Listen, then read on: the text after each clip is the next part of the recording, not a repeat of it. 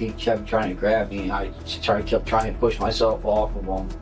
And then I grabbed him like this to push myself away from him. The water was still running. It echoed through the small apartment, steady and distant, like someone had just stepped away for a moment. But no one answered the knocking. No movement, no voice, just that sound spilling into the silence. It was the morning of August 1st, 2021, a warm Sunday in Lakewood, Ohio, the kind of morning where nothing feels urgent. Tree-lined streets, quiet sidewalks, apartment windows half open to let in the air. Maurice Goins was 53 years old. He lived alone in a modest apartment just off Detroit Avenue. He worked at a local restaurant. He kept to a routine. Friends described him as social, steady, someone who checked in often, which is why the silence didn't make sense. He hadn't been seen or heard from in nearly a week. A close friend grew concerned after repeated calls went unanswered. Knocking on the door led nowhere. The lights were off. The apartment was quiet. Eventually, police were asked to conduct a welfare check. Officers arrived and knocked. No response. They circled the building and checked the windows. Still nothing. The door was locked from the inside. After several attempts to make contact, one officer climbed through a window. The moment he stepped inside, something felt wrong. The air was heavy, still. Then he saw it. A large pool of blood spread across the kitchen floor.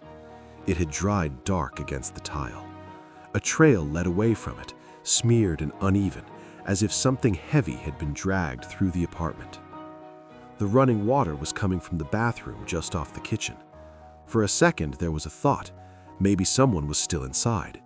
Maybe someone had heard the knocking and panicked, but the apartment was silent.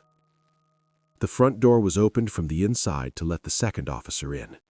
Together, they followed the blood trail down the short hallway. In the bedroom, a body lay face down on the floor. It was Maurice. The scene was violent. Blood marked nearly every room, in the kitchen, on the couch, across the hallway floor, near the bed. There were signs of a struggle. Furniture slightly shifted, objects out of place. Near his head, a knife had been left behind. The wounds were severe. Multiple injuries to the neck and chest, defensive cuts on his hands. It suggested he had fought back. The blood trail indicated he had been attacked in the living room, then dragged into the bedroom. But one detail stood out among the chaos: footprints. Clear impressions left in blood across the floor. The pattern was distinct, consistent with Converse Chuck Taylor sneakers. The tread was sharp enough to photograph.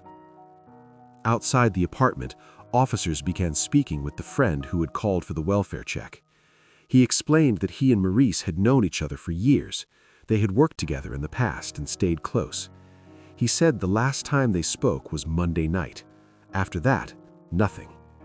He mentioned they often watched television together at the apartment. Maurice had a large flat-screen TV in the living room. Inside, investigators noticed something. The television was gone. An empty space sat where it should have been. Cords had been pulled loose from the wall. An RCA cable hung disconnected, as if someone had yanked it free quickly. It looked like robbery, but something didn't fit. The apartment door had been left deadbolted. Burglars rarely lock up after themselves.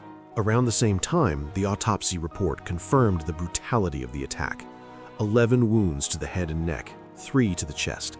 Defensive injuries on both hands, 2 fatal wounds, 1 to the jugular vein, another to the larynx.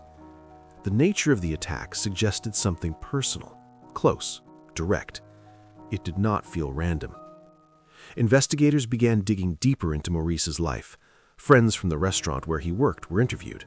One detail surfaced that hadn't been mentioned before. Maurice had been involved in a private relationship. It was not widely known. Only a few close co-workers were aware. According to one colleague, the relationship had complications. The other person involved was married. There had been tension surrounding secrecy. That information raised questions. When police re-interviewed the friend who had first called for the welfare check, they confronted him with what they had learned. At first, he had not disclosed any romantic involvement. Later, he acknowledged there had been a past relationship, but claimed it had ended long ago. Investigators noted the omission. Still, there was no physical evidence tying him directly to the scene. His DNA sample was collected. Nothing conclusive emerged. Weeks turned into months. The case began to slow. Then, nearly 10 months later, something changed. A phone call came in from a jail inmate. The inmate claimed another prisoner had confessed to killing a man in Lakewood. The story described a stabbing near Detroit Avenue, a black male victim, an altercation inside an apartment, blood everywhere. A television taken afterward. The name given was Charles Muscatello. Police were familiar with him. He had prior minor encounters with law enforcement, nothing violent, nothing that suggested murder. He was brought in for questioning. At first, he denied knowing Maurice, claimed he didn't recognize the name, but as questioning continued, his posture shifted, shoulders lowered, responses slowed. Eventually, he admitted he had been inside the apartment. He claimed an argument escalated. He claimed Maurice grabbed a knife first. He said he wrestled it away and acted in fear. But the physical evidence complicated that version. The autopsy showed numerous stab wounds, far more than a single defensive act. The defensive injuries on Maurice's hands suggested he had tried to shield himself. He kept trying to grab me, and I kept trying to push myself off of him. And then I grabbed him like this to push myself away from him. Charles admitted to wearing Converse sneakers that day. He admitted to taking the television. He said he needed money. The neighbor's description matched him. The shoe prints matched the brand he described. There was no DNA tying him conclusively to the knife, no eyewitness to the attack itself. But the confession, combined with circumstantial evidence, built the case. He was charged with murder, aggravated burglary, and aggravated robbery. Eventually, he pleaded guilty and was sentenced to life in prison. On paper, the case was closed, but some details remained difficult to settle. The apartment door had been deadbolted. If Charles left in a rush, why lock it? The running water in the bathroom, was it an attempt to clean something, or simply left on during the struggle? The initial friend who called police withheld information about the relationship. Why omit that detail unless it mattered? And the television, was it motive or an afterthought? Charles claimed self-defense. The evidence suggested something more violent. Maurice had fought hard. The wounds on his hands showed that. In the final moments, he had tried to protect himself. The blood trail from the living room to the bedroom tells a story of movement after injury, of someone still alive, at least for a time. The water continued to run until officers stepped inside days later, a steady sound in an otherwise silent apartment. If the inmate had never made that phone call, would the case have remained unsolved? And if the confession had never come, would the evidence alone have been enough? Even with a conviction, certain pieces don't fully settle into place. What truly happened inside that apartment in the final minutes? Was it panic? Was it rage? Or was there something else that hasn't been uncovered? The water was still running when they found him, and some questions, even after a life sentence, are still running too. What do you think really happened inside that apartment? True stories that were never explained. Subscribe.